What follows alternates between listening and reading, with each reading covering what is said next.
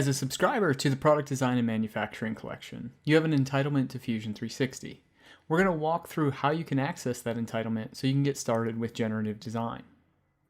If your company has single user subscriptions to the collection and you use Inventor today, odds are you won't have to do anything.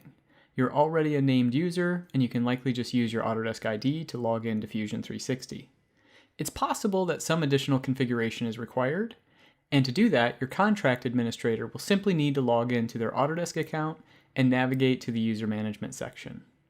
Selecting your ID as the user, they can grant access to the collection.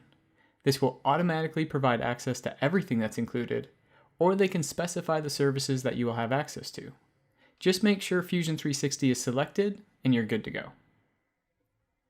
If your company has multi-user subscriptions to the collection, you will need to ask your contract administrator to specify you as a named user of Fusion 360.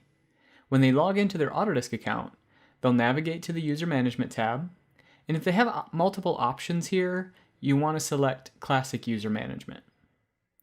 Once here, they can add you as a user with your name and email address, and then click Edit Access. Now there's an option for assigning services associated with the collection subscription. Simply check Fusion 360 or assign all the services, and then you're set to get started. Once that's done, you can download, install, and log into Fusion 360. Once there, click the extensions icon in the top right toolbar, which will describe the different options you have for accessing generative design. Here's where you can start your 7-day free unlimited trial. And once your trial is over, you then have options to use cloud credits associated with your contract, or you can add a subscription for the unlimited generative design extension.